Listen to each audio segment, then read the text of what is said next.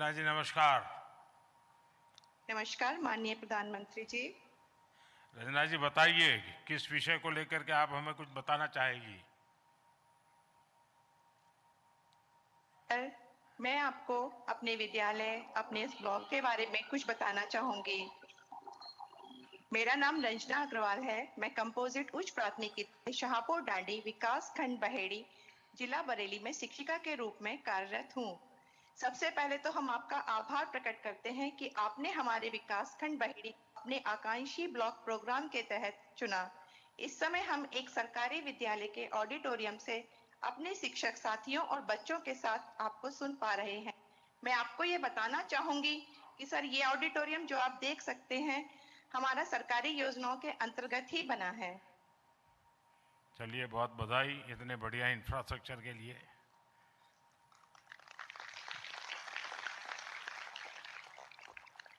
अच्छा रंजना जी, आपके ब्लॉक में जो चिंतन शिविर आयोजित किए गए उनमें कौन सा ऐसा आइडिया था जो आपको सबसे ज्यादा रोचक और प्रभावी लगा।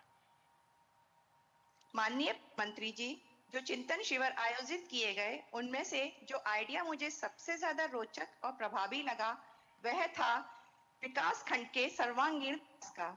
किसी भी ब्लॉक के संपूर्ण विकास के लिए सबसे ज्यादा जरूरी है कि उस समाज के सभी स्टेक होल्डर्स आवश्यक रूप से एक ही प्लेटफॉर्म पर आए और आपस समन्वय स्थापित करें। मेरा यह मानना है कि यदि सभी समाज के घटक एक साथ समावेशी रूप से समन्वय स्थापित करेंगे तो हम अपनी सरकारी योजनाओं को दिन जन आंदोलन में परिवर्तित कर सकते हैं।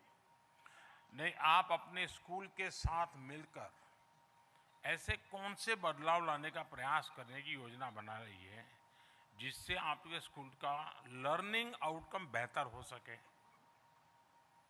माननीय प्रधानमंत्री जी, अपने स्कूल का लर्निंग आउटकम बेहतर बनाने के लिए मैं परंपरागत शिक्षा को छोड़कर एक्टिविटी बेस्ड लर्निंग पर ध्यान दूंगी। खेल खेल में बच्चों को सिखाऊंगी क्योंकि खेल खेल में सीखते बच्चों का शिक्षा के प्रति रुझान बढ़ता है और क्लास में उपस्थिति भी।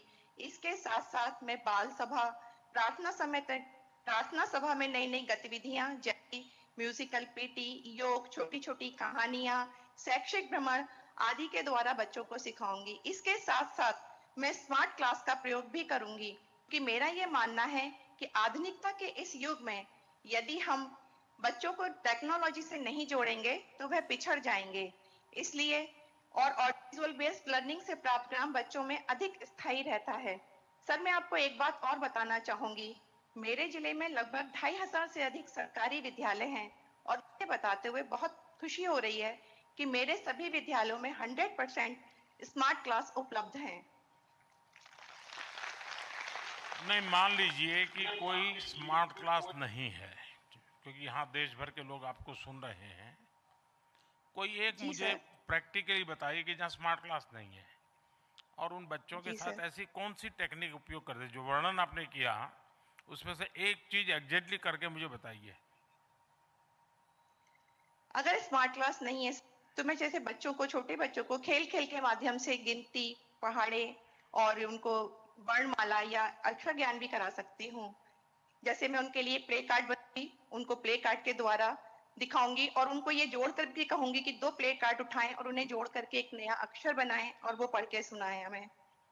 इसके साथ साथ सर, अंकों के प्ले कार्ड बना के दूंगी जिसमें उनको कहूंगी कि ये 2 प्ले कार्ड मैं उठा रही हूँ और बीच में मैं कोई भी साइन जैसे कि प्लस का, माइनस का, गुणा का उनको लगाऊंगी और बताऊंगी इसका उत्तर का जो प्ले कार्ड है वो आप उठाकर यहाँ रखिए। इस तरीके से भी सर मैं उनको सिखा सकती हूँ। ये आपके साथ दो तीन बच्चे बैठे हैं, वो कुछ बता सकते हैं मुझे। बताओगे? अच्छा, अपना नाम बता दो। आपका नाम बताओ। My name is Kam. क्या नाम। My name is Kamni. कामिनी। अच्छा, हिंदी बोल सकती हो। हाँ। अच्छा, वो भी टीचर को पूछना पड़ता है। शाबाश। देखिए, विकसित भारत की एक प्रमुख शर्त है हमारे देश के बच्चों की उत्कृष्ट शिक्षा हो। जब मैं आप और आप जैसे देश के हजारों शिक्षकों को इसके लिए काम करते देखता हूं, और मैंने देखा है कि इतने इन्वॉल्व होते हैं टीचर, जैसे शायद कभी कभी तो लगता है वो अपने परिवार में अपने पोते पोती के लिए जितना टाइम नहीं देते हैं उतना कभी कभी स्कूल के बच्चों के लिए देते हैं।